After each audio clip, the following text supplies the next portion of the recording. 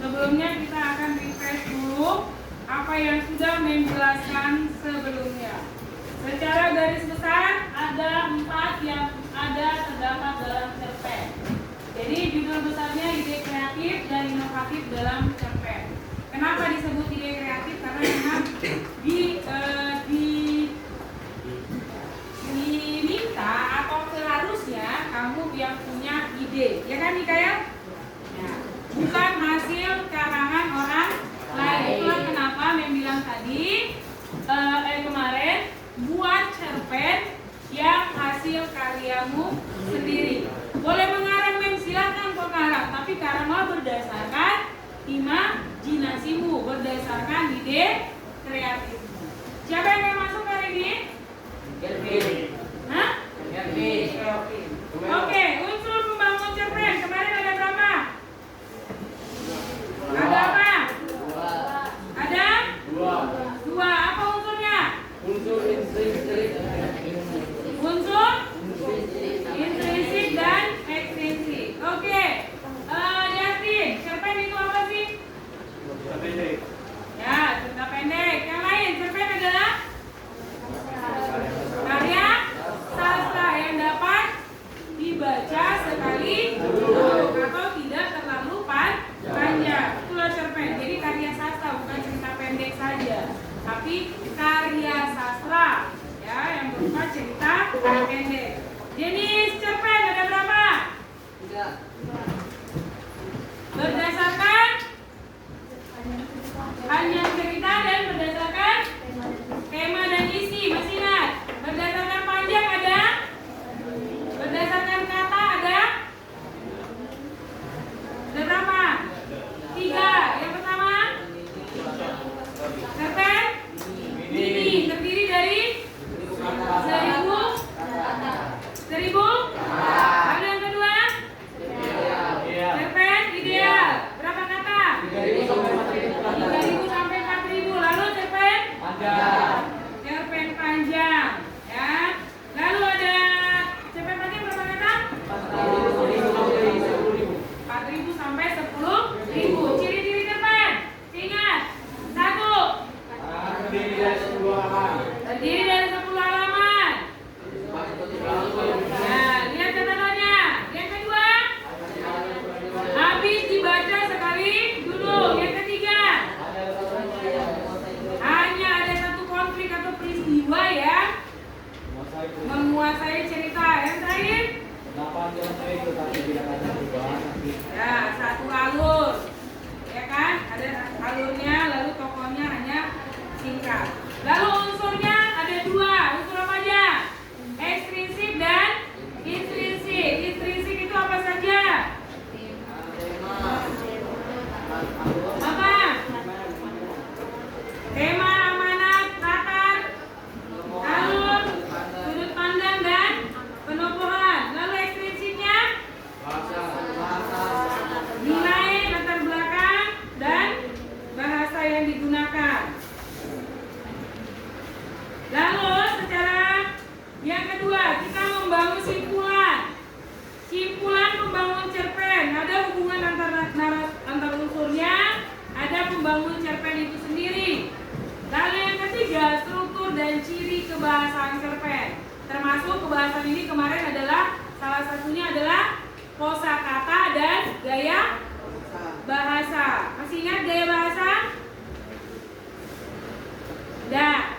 Gaya bahasa yang dilebih-lebihkan, gaya bahasa yang membandingkan, gaya bahasa yang menyindir, gaya bahasa yang merendahkan diri. Kalau yang melebih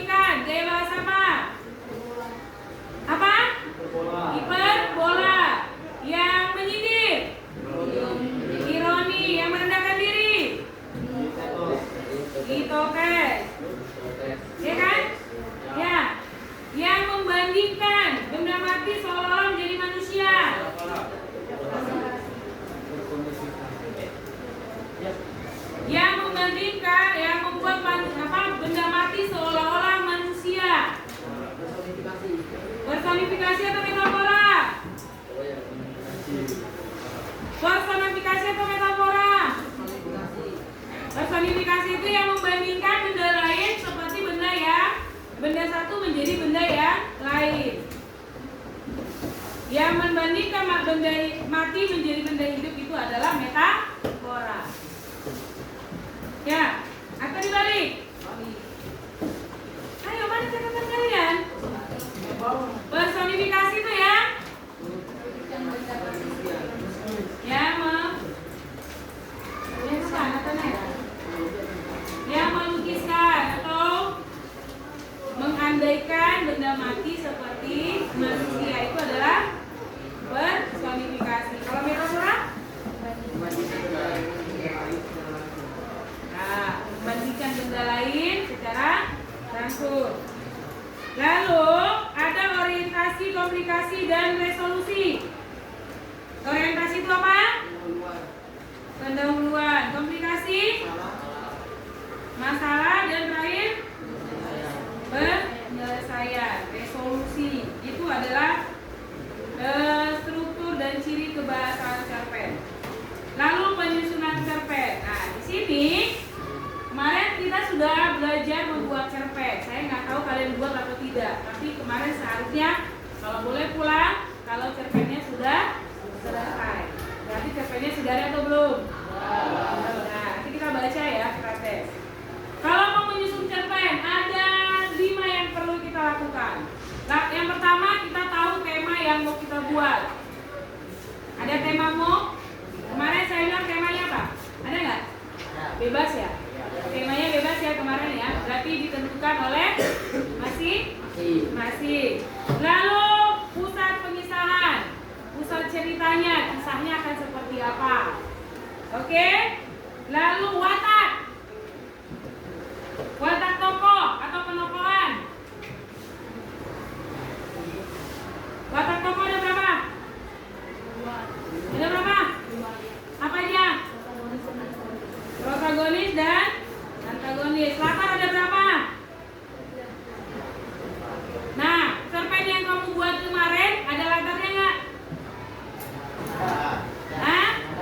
Latar ada latar tempat, latar waktu, latar suasana, dan latar budaya sosial budaya. Ya, ceritamu yang kemarin kau buat ada latarnya nggak? Di mana kejadiannya, kapan kejadiannya? Minimal 2 ya. Ada latar tempat dan latar waktu. Mungkin kalian nggak bikin latar suasananya, mencekam kah, senang kah? Tapi kalau kalian bikin di situ aku tertawa, berarti itu bisa dikatakan latar apa? Suasana kan? Oh, berarti keadaannya. Oke, lalu alurnya maju atau mundur?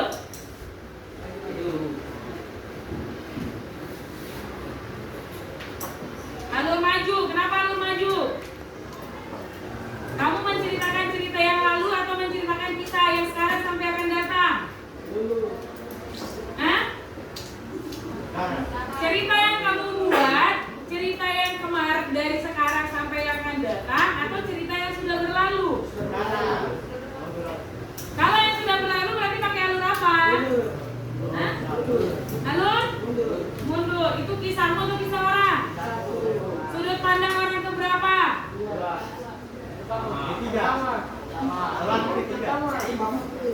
Sudut pandang orang pertama itu adalah dia menceritakan diri sendiri. Sudut pandang orang kedua menceritakan orang lain.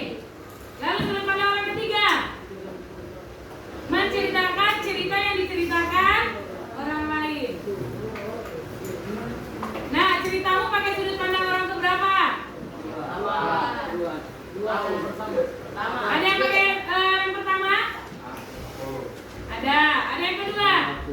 Yang kedua biasanya menceritakan orang lain, ya kan? Oke, kita akan praktek. Namun kita lihat dulu, tadi saya sudah pasang sebentar. Kita ulang ya. Perhatikan, beginilah cara membaca cerpen. Assalamualaikum warahmatullahi wabarakatuh. Kami karya Ahmad Tuhan. Si Paru Untung kembali dinas cepat dengan suara menjadi. Karya minta akan berjina karena sadar gunung yang demikian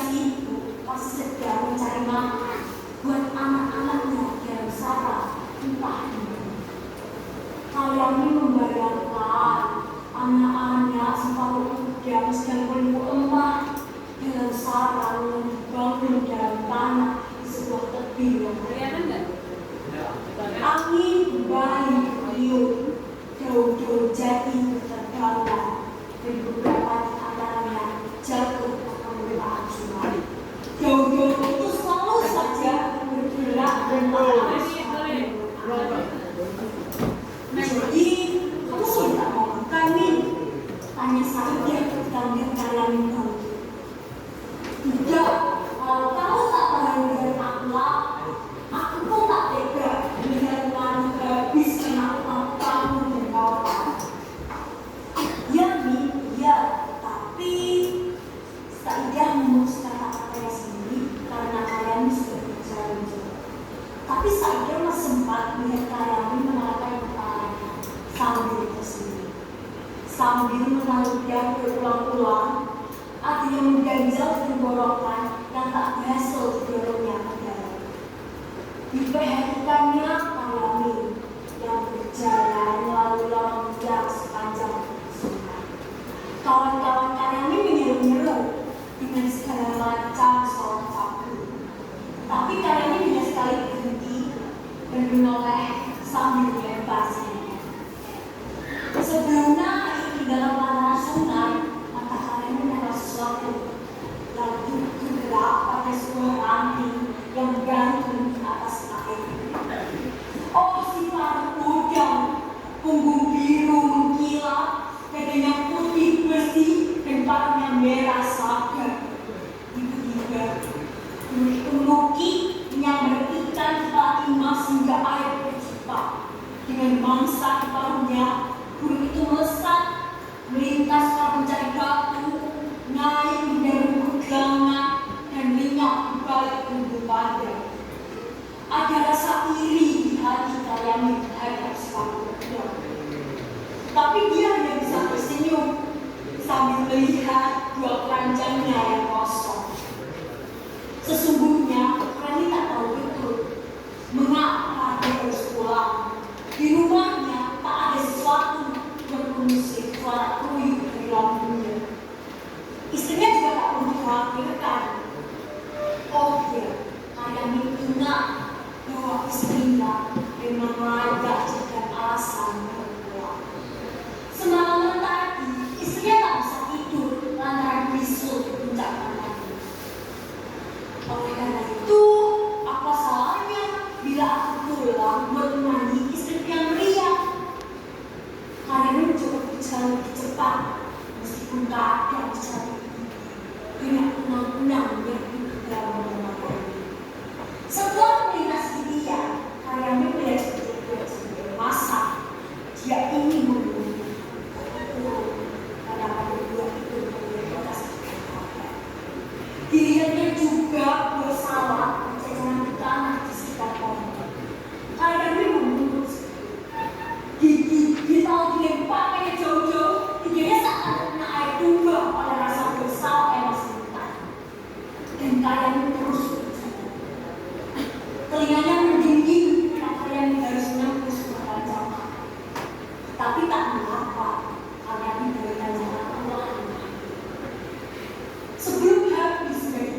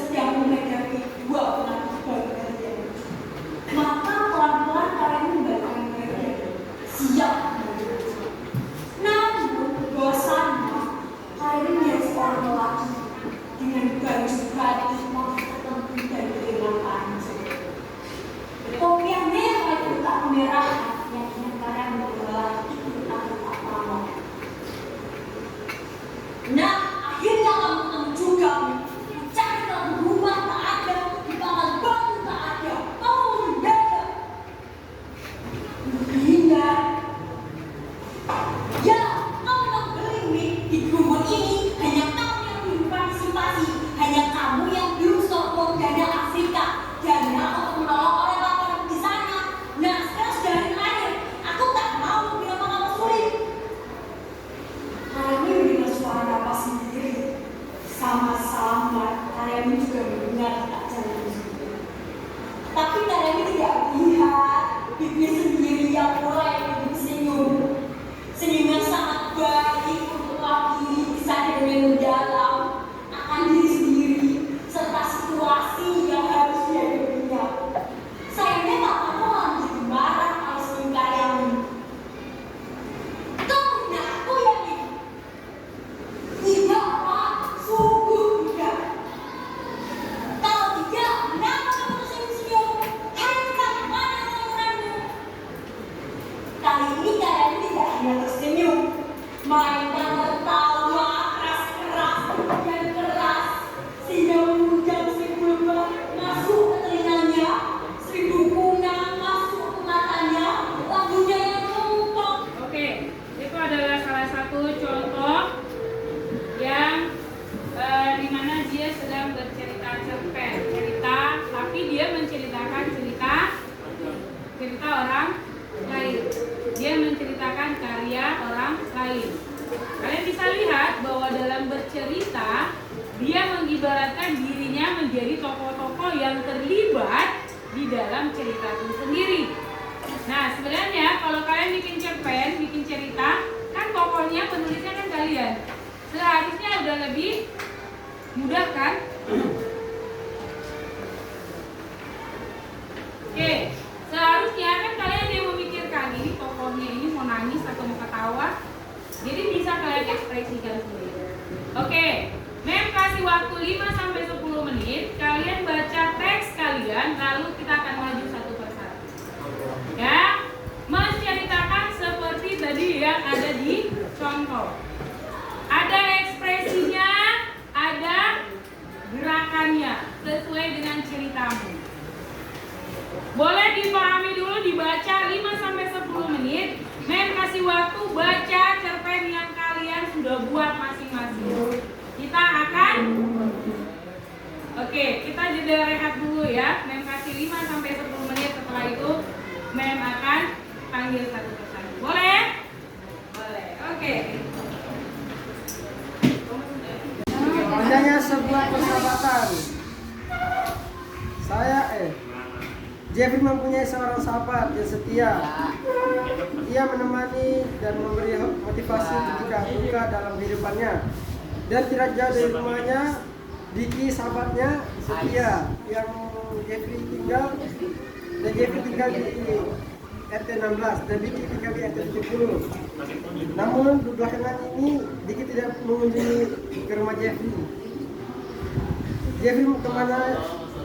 Setelah itu Jeffrey bertanya ke tetangganya, itu Jeffrey kemana ya Bu?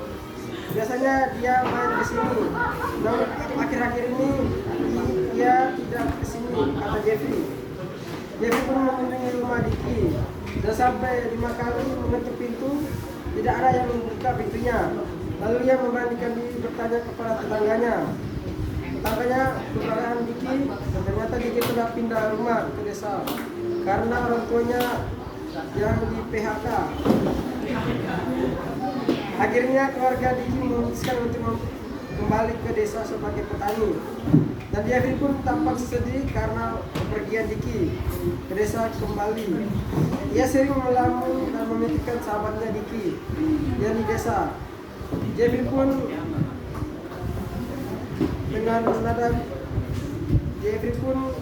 ingin bertemu dengan ayahnya Diki. Kata Jeffrey dengan nada agak mendesak. Oke Kak, kalau gitu membuat kamu senang, kamu harus cari alamat desa Diki ya. Mereka memiliki rumah kontrakan Jeffrey, mendapatkan alamatnya Diki dan mereka pun saling senang satu sama lain. Ucap si Jeffrey ke Diki, apa kabar Diki? Dan si Diki baik dan mereka saling bersahabatan. Oke, sudah itu ya? Oke, berikan tepuk tangan dulu buat si next si Dewi.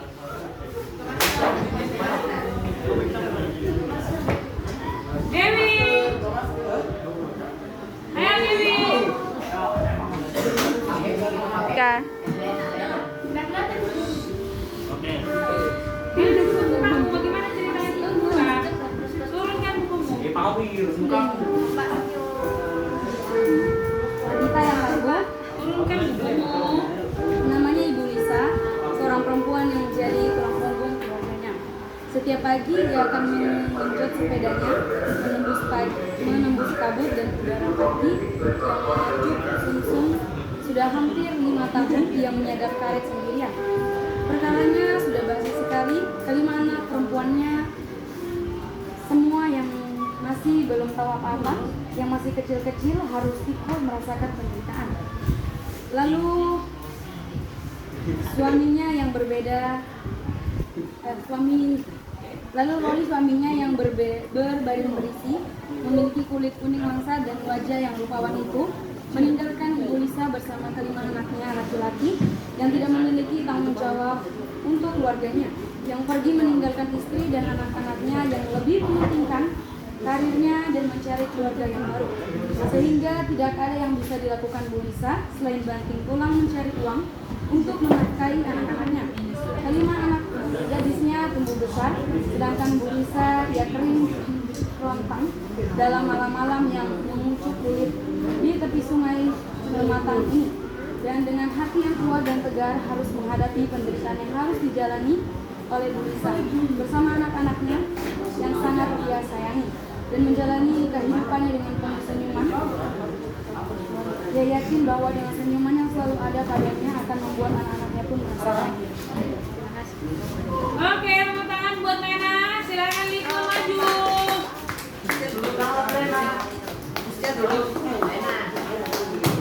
Ayo cepat. Tapi mem,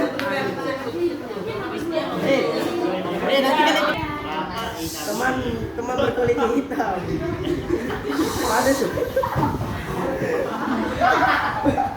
Pada suatu hari ada seorang teman yang berkulit hitam yang Ada yang ketawa, makanya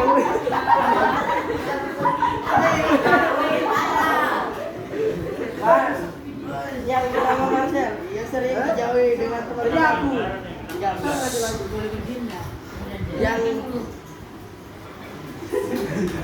Ia sering dijauhi dengan teman-teman lainnya. Biasanya Marcel suka menyendiri karena tidak ada teman yang mau berteman dengannya. Tiba-tiba datanglah Nael. Nael ini adalah anak yang sangat ceria dan baik. Nael menyamperin Marcel dan berkata, "Hai Marcel, kenapa kamu menyendiri?" Kata Nael.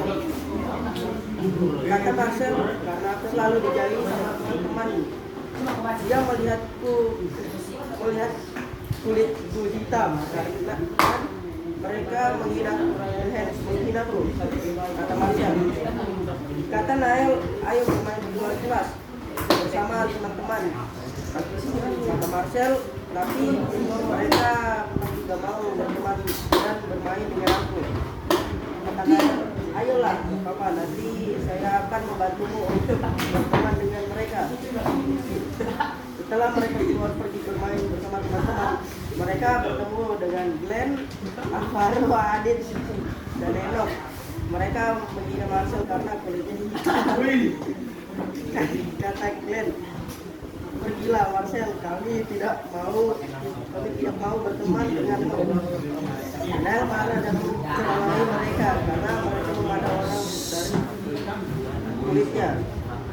Mereka pun semua tersadar bahwa mereka semua salah dan mereka meminta maaf pada Marcel, dan Marcel memaafkannya, dan mereka pun bermain dengan senang dan mereka gembira. Marcel pun sangat senang akhirnya bisa berteman dengan semuanya. Tiba waktu sudah menjelang maghrib dan mereka semua pulang taman. Cerita jangan memandang orang dari pandang dari hati ya. Tiga. Pembangunan rumah kayu dimulai, beban-beban rumah mulai dipasang, jendela sudah kokoh, kayu-kayu disusun. Justin dan semua keluarga datang untuk membantu Kelvin yang sedang membangun rumah. Banyak yang senang dan banyak yang sinis. Akhirnya Kevin bisa membangun rumah lagi setelah rumahnya kebakaran. Dia tersenyum menyaksikan rumahnya kembali berdiri, dan kami juga sebagai teman-teman Kevin membantu dalam mengembangkan sembako dan berupa hal-hal lainnya. Saya juga senang bisa melihat Kevin tersenyum. Ketua RT yang juga diundang untuk memberikan kata-kata selamat kepada Kevin. Singkat cerita, masih subuh, Kevin akan bersiap ke sekolah. Lalu adiknya datang menghampiri dan bertanya, "Mau kemana kak?" Lalu Kevin pun menjawab, "Mau ke sekolah." Lalu adiknya pun pergi. Saat sampai di sekolah, banyak teman-teman Kevin yang memberi selamat kepada Kevin, dan ada juga yang bertanya akan keadaan rumah Kevin. Saat pelajaran pun guru bertanya akan keadaan rumah Kevin. Singkatnya, saat pulang sekolah, kami pun berkumpul untuk mengumpulkan sumbangan lagi untuk Kevin. Ada yang memberikan baju, dan ada yang memberikan pakaian dan lainnya. Kami pun pergi ke rumah Kevin untuk memberikan sumbangan yang sudah kami kumpulkan, dan Kevin pun cukup senang menerimanya itu. Sekian dari saya, terima kasih. Pagi ini aku ikut berkumpul bersama saudaraku untuk membaca komik bersama. Adikku menyuruhku untuk membacakan komik. Kak, tolong kan membacakan. Seru adek. Dia terus memohon agar aku membaca komik. Kamu kan sudah bisa membaca. Aku mulai mengambil komik yang ingin aku baca dan mengabaikan adikku. Dan terjadilah suatu peristiwa bahwa adikku ingin menjadi seperti karakter di komik. Kak, aku ingin menjadi seperti dia. Dia sangat hebat, kuat dan mandiri. Aku belajar menjadi mandiri. Ucap adik dengan tatapan yang baiklah. Dan jangan membuat hal-hal yang buruk. Ucapku sambil menjelaskan sebuah sifat dari diriku. Aku berjalan ke kamar dan menemui satu komik yang pasti bertahan bersama Tuhan yang terdapat dari komik. Aku menjelaskan semua kelebihan dari Tuhan. Ini karakter favoritku. Dia selalu melakukan semuanya. Ucapku. Wah, siapa Kak? Tanya adik. Namanya adalah Dojo. Aku sangat menyukainya. Aku berjalan ke kamar dan mengambil beberapa hiburan angin dan menunjukkannya kepada adik. Kamu bisa menjadi seperti dia. Aku akan mengajarmu. Ucapku dengan penuh semangat. Wah, aku mau Kak. Asalkan dia juga mempunyai sikap yang baik. Ucapnya sambil menekanku. Aku pun mengajarkan adikku untuk bersikap baik, mandiri dan hebat. Oke. Namanya Derek Hartfield. Ayahnya seorang insinyur telekomunikasi yang pendiam. Ibunya seorang ibu rumah tangga yang pintar membuat kue. Hartfield kecil tumbuh menjadi remaja laki-laki membosankan. Dia tak memiliki teman. Kerjanya hanya membawa komik dan majalah melihat kue buatan ibunya. Masa remaja Hartfield yang menjadikan itu berlangsung sampai dia lulus SMA. Hartfield bekerja di sebuah kantor pos, namun tak berlangsung lama. Dia berhenti. Katanya, padahal aku yang dia dipecat. Hal itu lebih masuk akal bila mengingat betapa membosankannya laki-laki ini. Dia tak biasa bersikap ramah kepada customer, juga tak mahir menyenangkan orang sejak saat itu. Dia membenci kantor pos dan tidak mau bekerja sebagai kantor pos lagi. Setelah dia keluar dari kantor pos, dia bekerja di perkantoran di Jakarta dan dia mendapatkan gaji yang lumayan. Dia sangat bahagia di tempat kerjanya sekarang. Dia mendapatkan banyak teman dan bos yang baik. Di hari esok dia berjalan-jalan bersama teman-teman barunya, dan di suatu hari dia konflik bersama teman-temannya. Dia dihianati oleh temannya dan dia merasa sedih. Dia berenang di dalam kamar, dan suatu hari dia bertemu bersama teman di media sosial. Dia berjalin hubungan yang sangat baik dan mereka bertemu di taman. Dengan berjalannya nyaman dengan orang ini. Lalu mereka bersahabat dan akhirnya harus bahagia lagi. Sekian. Saya akan membacakan cerpen saya yaitu berjudul Sepeda. Ragil adalah teman saya yang selalu bermain saya, terutama pada sore hari. Lalu pada suatu hari bersama-sama kita berjalan kaki ke tempat bermain. Di sana kami melihat orang-orang bermain sepeda. Lalu kata Ragil padaku, "Jules, apa kamu merasa ingin membeli sepeda?" "Iya, aku pengen beli sepeda dengan uang tabunganku." "Apa kamu mempunyai tabungan juga?" kataku. "Iya, aku punya uang tabungan." "Apakah kita harus membeli sepeda?" katanya. "Oke, besok bawa tabunganmu, mari kita beli sepeda," kataku. Saat kita sampai di tempat jual sepeda, aku dan Ragil membeli sepeda dengan merek yang sama. Dan hari-hari berikutnya kita mulai belajar naik sepeda. Ternyata naik sepeda itu enak sekali dan tidak capek. Walau sudah bersepeda jauh-jauh, kata Ragil. "Ya, enak memang bersepeda," kataku. Lalu saat bersantai-santai naik sepeda, ada seorang pengendara motor menabrak Ragil. Dan saat itu Ragil berteriak minta tolong karena kakinya berdarah saat itu. Syukur saat itu ada seseorang yang baik membawakan Ragil ke klinik terdekat.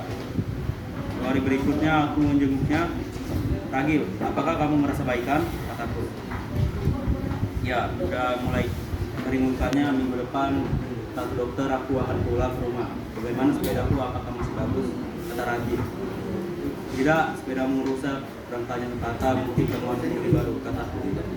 Saat Ragil sembuh total, aku dan dia bermain lagi dengan Ragil dan aku bergantian naik sepeda karena sepeda Ragil habis. Oke, next. 3. Aku dan teman aku di jam 6 sore menjelang malam. Pada saat itu aku dan aku berniat berbagi. Saat itu pelatihku mengatakan aku cukup tinggi, kata pelatihku. Lalu pelatihku menjadi spek atau biasa disebut pukul area 3 bulan setelahnya kami diajak sparring oleh anak bentang. Aku dari tapi hanya sebagai pengganti libero. Libero ada posisi paling penting dalam posisi. Aku juga pernah mencoba menjadi libero. Saat sangat berat dan sakit sampai harus mental dan dibentak oleh senior yang pasti. Mungkin itulah proses oleh proses dari bermain sebagai libero. Saya saat itu pernah dibilang untuk tidak menyerah karena akulah satu-satunya libero baru karena akulah satu-satunya libero kami senior perasa jauh bilang, "Oke Jovan, mungkin ini hari dulu tapi harus saya terlatih karena ini menyenangkan proses dari semua itu. Ayo sekarang coba." Mungkin ada kata-kata yang salah karena kata itu sudah lama. Sejak saat itu posisiku makin bagus, semakin semangat dia. Sekarang posisiku adalah libero, bukan pelatihku. Sebab posisiku yang bagus dan refleksi yang cepat karena refleksi yang sangat cepat membuat posisiku semakin cepat bekerja dan waktu cepat bergerak apapun kondisinya. Kalau tidak memakai backer lutut, aku akan selalu menahan rasa jatuh lumayan sedikit kasar. Bulan kemudian posisiku bagus saja, tetapi masku mulai datang untuk latihan. Tetapi saat adanya turnamen, saya semakin rajin latihan dan makin sakit dalam latihan Teman yang merindukan kamu. Edu satu-satunya anak laki-laki yang selalu bersama kami melewati sore-sore yang indah itu. Beberapa hari ini Edu tidak berkumpul bersama kami di warung Alok Sejahtera. Rasa penasaran muncul dan kebetulan ada Kayla yang tahu rumahnya berdekatan dengan rumah Edu. "Daud, kok Edu nggak pernah main lagi ke sini? Dia marah ya?" tanya aku. "Ini Siti mau tahu saja," ujar Daud sambil cekikan. Adit dan Daud lalu berbisik yang membuat aku kesal sendiri. Jawabnya, apa sih yang lucu? Aku cuma tanya si Daud, kemana kok? Memangnya aneh? Jawabku, ih Kayla, marah ya? Kamu naksir Daud ya? Hahaha.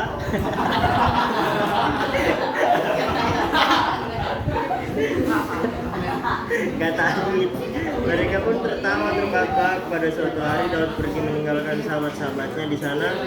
Daud juga sangat kangen dengan sahabat-sahabatnya. Pada suatu di kampung, Adit, Edu dan Kayla main tanpa Daud. Adit dan Edu dan Kayla main tanpa Daud. Hari-hari berikutnya di taman itu aku rindu sahabat-sahabat Daud yang sangat rindu pada Daud. Dan suatu tahun mereka sudah pada besar yang berkumpul lagi di warung Haluk Sejahtera. Ya. Ya, salam.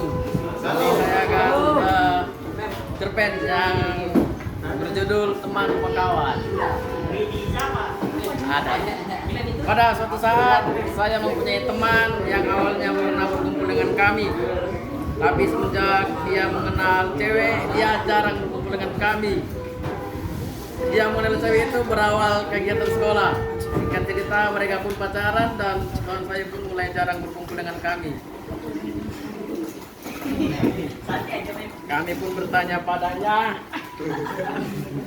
kenapa kamu tidak pernah berkumpul dengan kami lagi? Apakah karena cewek itu makanya kamu jarang berkumpul? Suatu saat dia pacaran di kelas, mojok di kelas, dan aku pun melihatnya dan aku mengganggu padanya dan mereka pun marah-marah karena diganggu, karena setiap mereka mau pacaran aku ganggu terus. Singkat cerita ada kegiatan sekolah, teman yang dulunya berkumpul dengan kami tapi sekarang sudah lupa, dia main dengan teman yang lain. Dan dia pun putus karena masalah kecil. Dia sangat sedih karena ditinggalin sama seseorang yang dia sayang. Dia pun sangat galau, dia ingin mengulang waktu. Setelah itu dia pun mulai main dengan kami lagi. Aku tanya kepada dia, kenapa kamu? Dia jawab, nggak apa-apa. Terus bilang, putus kah? Enggak. Terus kutanya lagi, kenapa kok kamu kayak cemburu gitu, kayak ada yang aneh?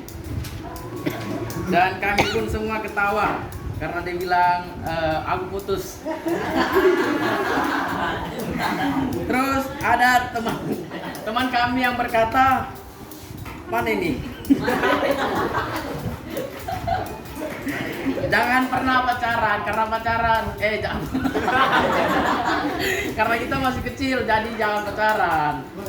Jangan cinta-cinta monyet. Dan kami pun semua tertawa. Aku bilang sama dia, jangan waktu susah aja baru kamu datang sama kami. Giliran senang aja kamu lupain kami. Meninggal sama yang lain daripada sama kita, karena sikapmu enggak sesuai dengan yang kami. Jadi kesimpulan yang saya ambil adalah, jadi buat kita semua jangan pernah lupa pada teman sendiri. Apalagi sudah lama berteman, jangan cuma gara-gara cewek jadi lupa teman. Jadi kita harus setia pada kawan. Jangan cuma gara-gara cewek kamu lupa, baru giliran senang kamu udah lupain. Ya, jadi jika ada yang merasa tersinggung, janganlah tersinggung. Jika panas, kipaslah kalau panas. Bagaimana? Oke, sekian dari saya. Ya. Begitu hujan deras, kita sedang bagaimana untuk berangkat ke sekolah. Kita sedang memandang hujan, mendengar suara api bertutur. Lantas saja masuk ke kamar dan dijawab. Ternyata ini adalah dia, sahabat yang dalam kamarnya. Dia menyatakan bahwa dia akan menunjukkan sebab dia tahu jika bisa hubungan bagaimana untuk sekolah. Selang beberapa lama ya sudah sampai depan rumah bersama ayahnya menggunakan mobil. Adi pun bergegas berpamitan kepada orang tuanya dan keluar untuk menemui sekolah. Sampai di sekolah, yang merupakan teman sebangkunya tersebut pun masuk menuju kelasnya. Istirahat pun tiba, keduanya pergi ke kantin untuk mengambil masalah jika hendak membayar. Ternyata buka dompetnya sehingga sang sahabat dan sahabat disampaikan saya dimasukkan ke dalam sebuah botol, kemudian botol tersebut dikubur di dalam pohon yang nantinya akan mereka buka saat menerima hasil ujian. Hari yang Ani dan Lia tua akhirnya tiba, mereka pun menerima hasil ujian dan keduanya lulus. Kami sepakat langsung pergi berlari ke bawah pohon yang pernah mereka datangi dan menggali tempat di mana foto yang dahulu berada. Lalu mereka berdua membawa buku dan dalam sebuah itu serta menjadi anak. Oke, next. Iya. Adik yang terbaik. Pada suatu hari aku dan adik ke sekolah dan kami belajar, dan setelah sekolah pas pulang kami mengambil jambu dan kami pun makan berdua dan kami pun pulang sambil makan jambu dan sambil ngobrol. Setelah sampai rumah kami pun langsung mengerjakan tugas yang diberikan sama guru. Dan setelah mengerjakan tugas kami langsung bermain bulu tangkis. Setelah itu kami pun makan dan setelah itu dia pulang ke rumahnya dan keesokan harinya kami pun menuju ke sekolah dan kami berdua belajar dan pada jam istirahat kami pun berdua makan bekal dan saat pulang sekolah kami langsung mengerjakan tugas dan setelah selesai mengerjakan tugas kami langsung bermain bulu tangkis dan setelah bermain bulu tangkis kami bermain bola kaki bersama kawan yang lain dan aku dan adik setim. Kami pun bermain sampai jam 5 sore. Setelah bermain bola kaki dia langsung pulang ke rumahnya. Sekian dari saya, terima kasih. Masalah akun Facebook Alex dan Camat. Pada pagi hari Alex bermain media sosial. Akunnya saat bermain media sosial, akun Alex dapat memberitahuan kalau akunnya telah dimasuki seseorang. Alex menurut temannya Camat yaitu Camat telah memasuki akun Facebooknya. Camat berkata tidak, karena dia tidak memasuki akun Alex, akunnya Alex. Alex berkata kamu telah memasuki akun Facebooknya karena dia satu-satunya teman yang mengetahui password dan nama akun Facebooknya. Camat pun marah karena Alex menuduh Camat yang telah memasuki akunnya. Alex pun marah-marah karena Camat telah memasuki akunnya tanpa permintaan Alex, dan mereka pun berantem karena permasalahan akun Facebooknya. Alex pun mengecek akun Facebooknya yang orang lain masuk dan ternyata bukan Camat yang memasuki akunnya Facebooknya, ternyata orang lain yang memasuki akunnya. Alex pun minta maaf kepada Camat karena telah bingung dengan Yang lain boleh pergi dan bendera kuning. Arif bingung dengan wajah penuh kejutan yang diberikan oleh pemuda itu. Pemuda itu seharusnya menekuni ulama atau basa-basi lainnya seperti biasa. Tapi ada yang salah malam itu. Arif kembali berjalan, pikirannya tidak tenang, tidak bersyukur. Sampai akhirnya ia mengerti bahasa yang tidak orang-orang ramai di depan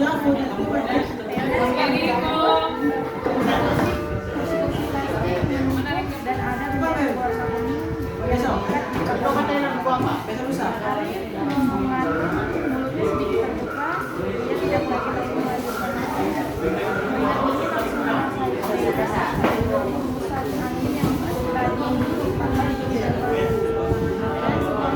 dan sebuah luka ulang itu yang ketika mengetahui kabar tersebut kejadian yang mendadak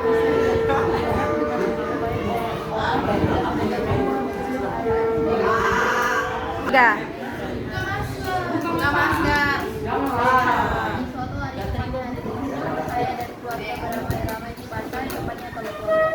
Dalam perjalanan kami menggunakan mobil melewati banyak ada juga perjalanan kami menuju ke pantai Teluk.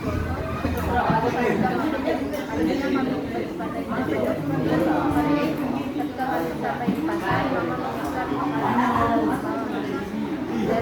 Makanan yang paling kecap, ikan goreng, sayur dan nasi, ditambah juga buah-buahan seperti buah naga, mangga, pisang dan mangga. Kami menikmati semua makanan yang sudah disajikan. Setelah kami bisa dilepaskan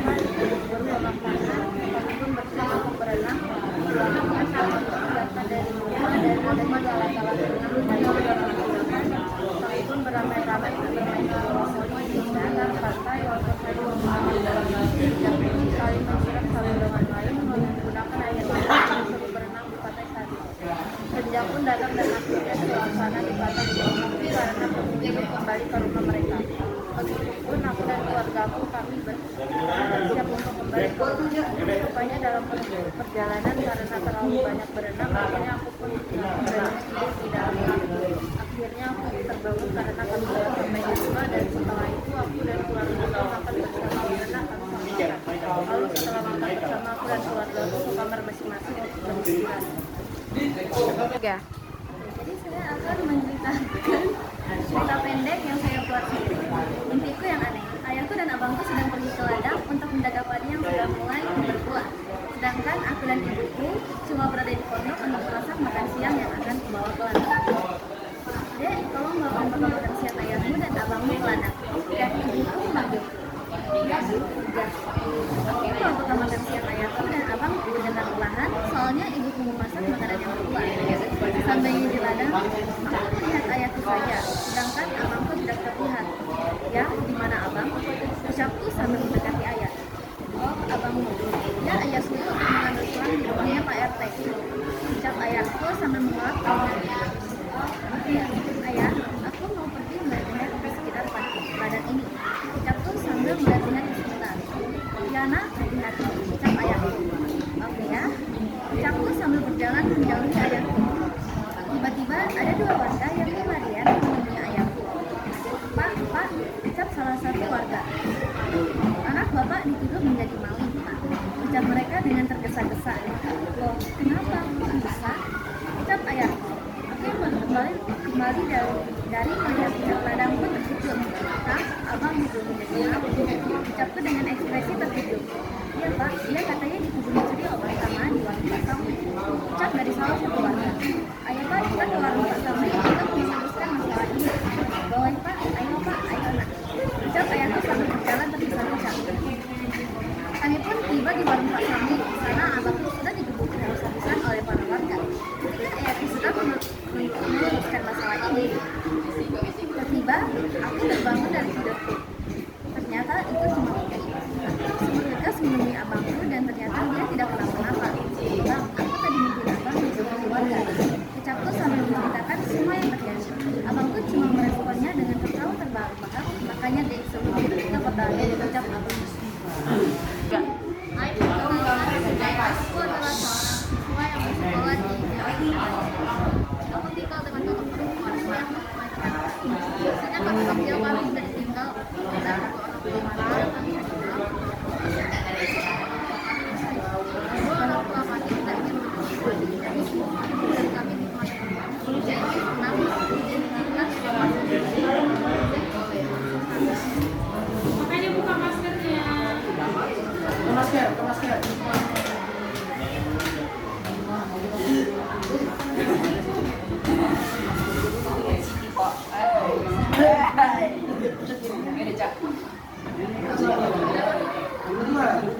Hai, perkenalkan aku adalah seorang siswa yang bersekolah di Jawa. Aku tinggal dengan kakak perempuan yang bernama Sylvia. Sejak kami kecil, kami sudah ditinggal oleh kedua orang kami atau bisa dibilang dulu orang tua kami tidak ingin menampung. Jadi ibu menitipkan kami di Jawa. Kami senang dan masih ingin menemukan. Tapi kebahagiaan itu tidak pernah kembali. Nenek meninggal saat aku kelas 3 SMP dan saat kelas 5 SD. Nenek meninggal karena penyakit yang dialami. Kami merasa sedih saat itu. Setelah kepergian nenek, kami kembali ke Padang. Kakak menyuruhku untuk SMP aku melanjutkan pendidikan beliau. Jadi salah satu sekolah terbaik atau bisa dibilang setiap bulan kakak selalu berusaha agar aku bisa dibayar. Aku sangat menyayangi dia adalah seorang perempuan kuat dan terbuka dalam hidup. Tetapi saat ini adalah waktu yang tidak pernah aku lupakan. Hanya saat ini sedang berat dan tidak saja. Di kota Mati sampai tidak melakukan perjalanan. Waktu itu aku sedang membaca sebuah novel. Saat hujan merupakan waktu yang baik untuk membaca novel. Saat aku sedang membaca novel, ada panggilan suara yang sedang bau dan siapa itu? Aku pun tertawa. Nomor itu nomor asli. Saat mendengar suara telepon itu, aku beranjak dari tempat.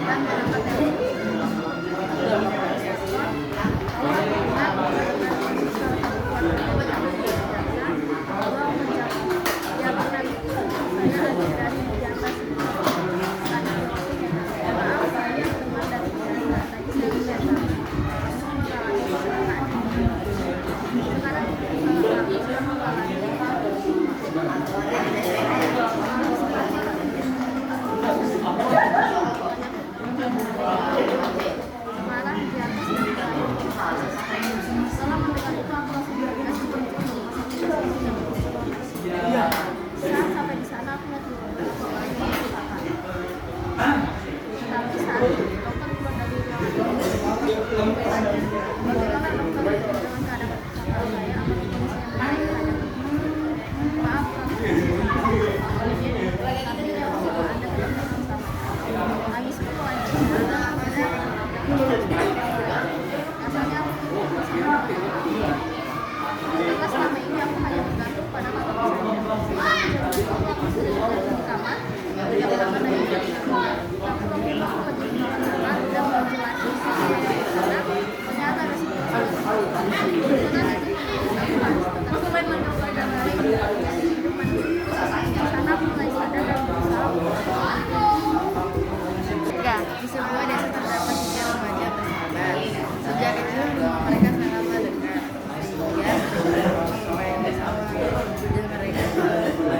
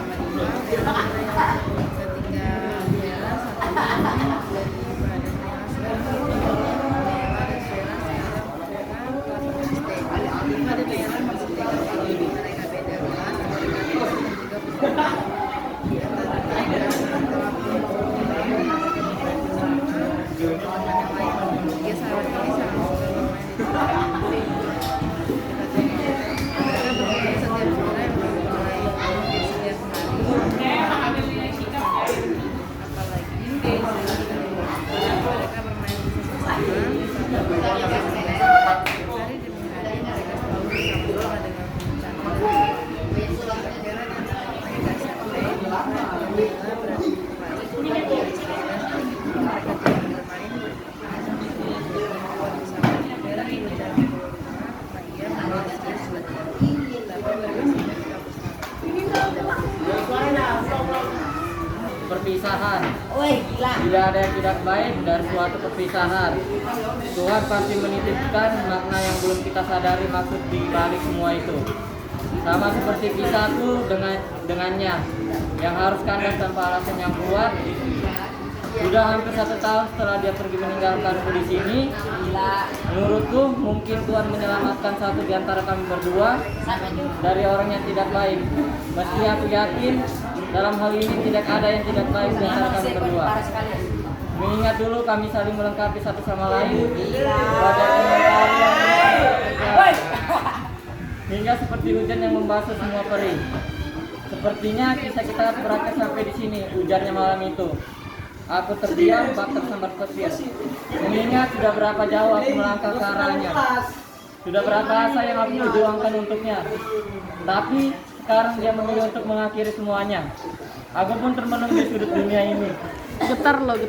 Mungkin saja aku cukup baik, tapi cukup baik dalam beberapa hal untukmu. Gumamku udah mati. Beberapa bulan berlalu, aku sudah bisa membiasakan hal yang aku paksakan untuk tidak bersamanya lagi. Ya, terima kasih. Di rumah Miller dan kawan-kawan di sedang hampir bersama teman-teman. Tiba-tiba dia mendengar nanti teman-temannya pergi proteksi. Kakak adik aku segala kayak orang sebaliknya pabrik Miller dan teman-teman untuk di setiap masalah setelah uang mereka pun mencoba kata beli posisi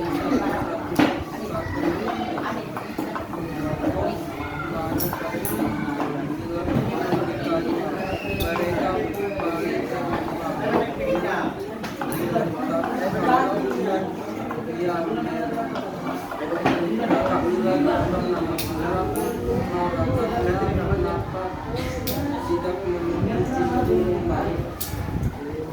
mungkin saja cepat ada kembalikan. Kenapa kalian semua pergi dan mengucapkan iya kak dari perusahaan habis jadi kami memberikan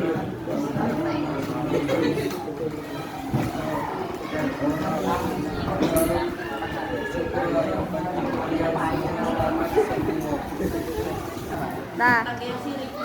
Saya akan menceritakan cerita pendek yang berjudul Kesetiaan Justin kepada Istrinya. Pada suatu hari di rumah Justin, jam 10:15, seseorang mengetuk pintu rumahnya Justin, dan Justin pun cepat-cepat menghapus air matanya dengan lengan bajunya. Lalu Justin bergegas mendekat pintu rumahnya. Setelah Justin membuka pintu, Justin mendapati Marvel Ikun telah berdiri di depan pintu rumahnya, dan Marvel Ikun menyodorkan sebuah koran nasional yang memuat tulisannya. Setelah menemukan halaman yang memuat tulisannya, dan Justin menghempaskan lembaran koran yang lainnya yang ia anggap tidak penting. Lalu Justin kembali mendekati foto istrinya yang sudah meninggal. Lihat, ini dia korannya. Dan Justin pun sudah menerimanya. Justin bahagia, kau juga harus ikut bahagia. Di sana melihatmu bahagia, kau juga harus ikut tertawa seperti aku hari ini. Justin terus saja berkata dengan nada menggebu-gebu dan penuh kegirangan, walaupun foto itu tak pernah mengucapkan selamat kepada Justin. Hingga akhirnya Justin kelelahan dan tertidur di atas meja menindih foto istrinya yang selalu membuat dia bahagia. Sekian, terima kasih. Tiga. Boleh berdiri enggak dibangun?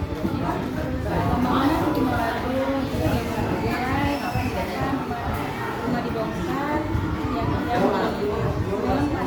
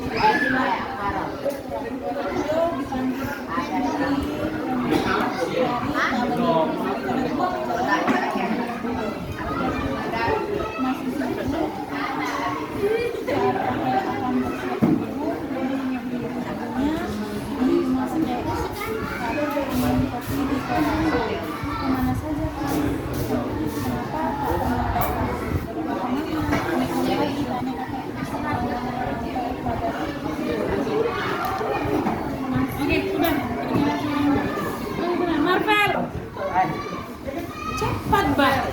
Mulai. Pada suatu hari, hiduplah seorang nenek yang bernama Nenek. Kan kita kenal nih. Nenek. Rambut dia pada awalnya hidup sebagai masyarakat biasa, tapi dia menjalankan aksinya sebagai penculik anak di malam hari. Rambutnya putih dipenuhi uban dan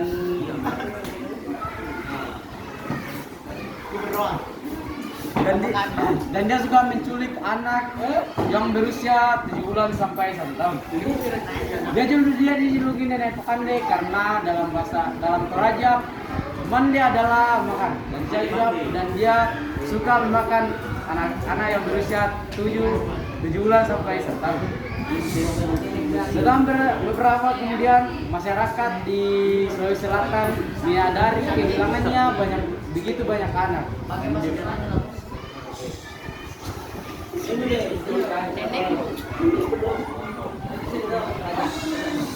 Begitu banyak anak. Baru setelah itu mereka menyusun strategi dan mengambil bayi berusia 7 bulan dan menaikannya ke dalam naik ke rumah tongkonan yang bertangga. Lalu mereka mencari belut dan menaruhnya di tangga dan menaruh batu di bawah tangga. Lalu mereka juga mengambil bayi dan untuk mengumpan orang nenek Pakande.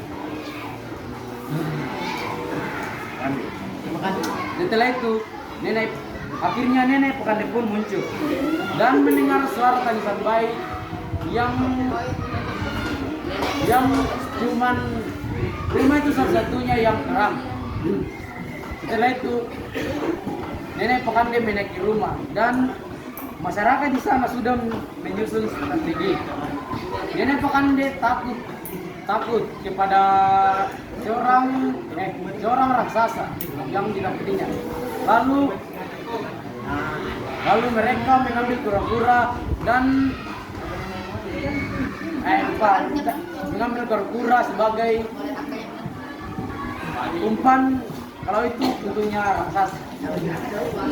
Setelah itu nenek Pakande pun perlahan-lahan ketakutan dan mundur dan keluar rumah dengan jalan mundur.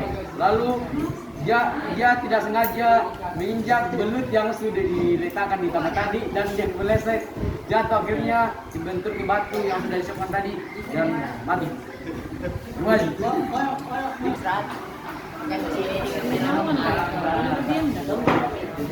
Nanti lapar.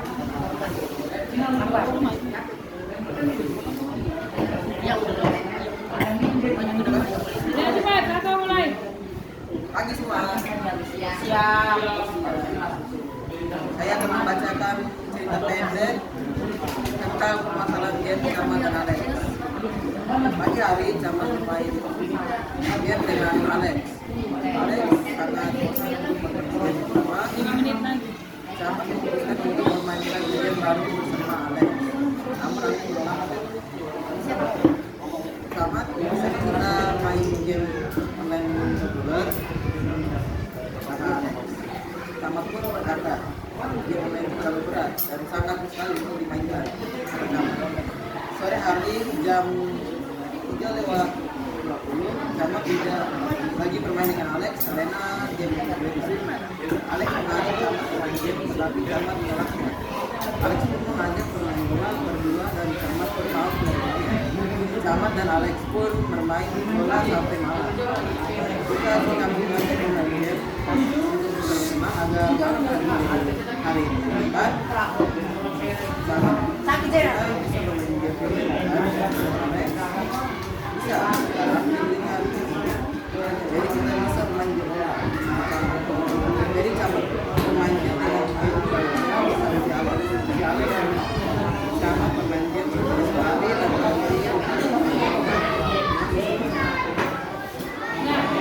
Mulai.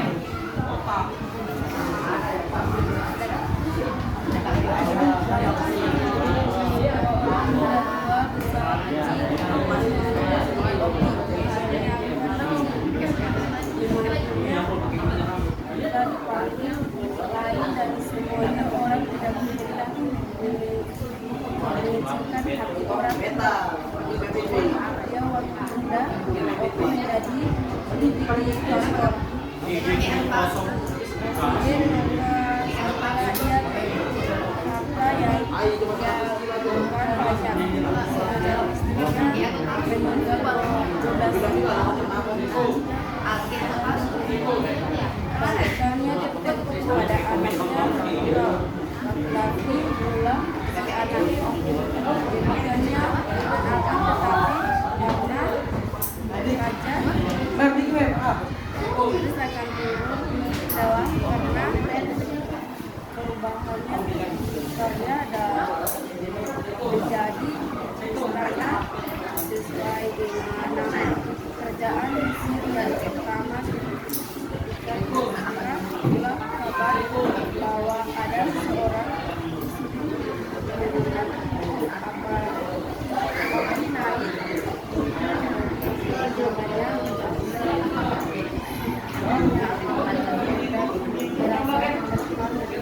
pada saat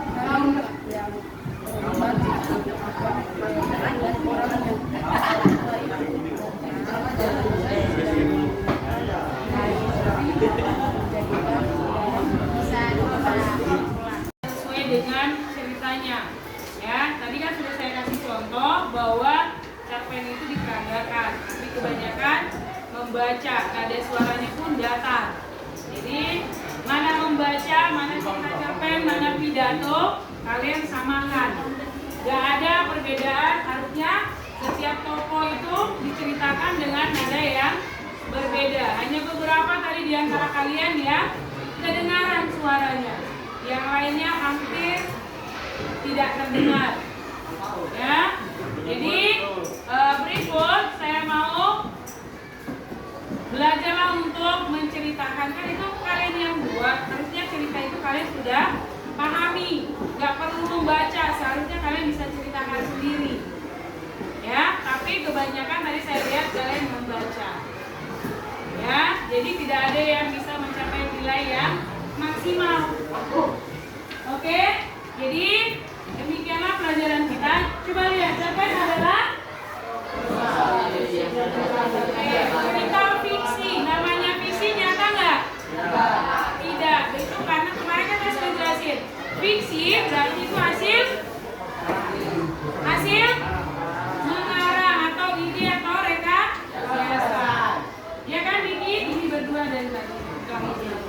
Fiksi itu kan cerita yang tidak nyata, kan gampang membuat cerita yang tidak nyata. Ya, tidak perlu juga. Tadi ada beberapa yang saya dengar curhat. Ya, walaupun nama tersamarkan. Ya, jadi kita next pembelajaran berikutnya. Saya berharap saya kasih teks, kalian bisa memperagakannya. Oke, demikian pelajaran kita hari ini. Jadi untuk yang belum cerita hari ini, saya masih tahan belum istirahat. Ya, karena nilainya ada beberapa yang masih kosong. Untuk yang tidak membaca cerpen hari ini, mohon tinggal tidak isi. Oke, kita akan pray. Silakan disiapkan, Laura. Stand up.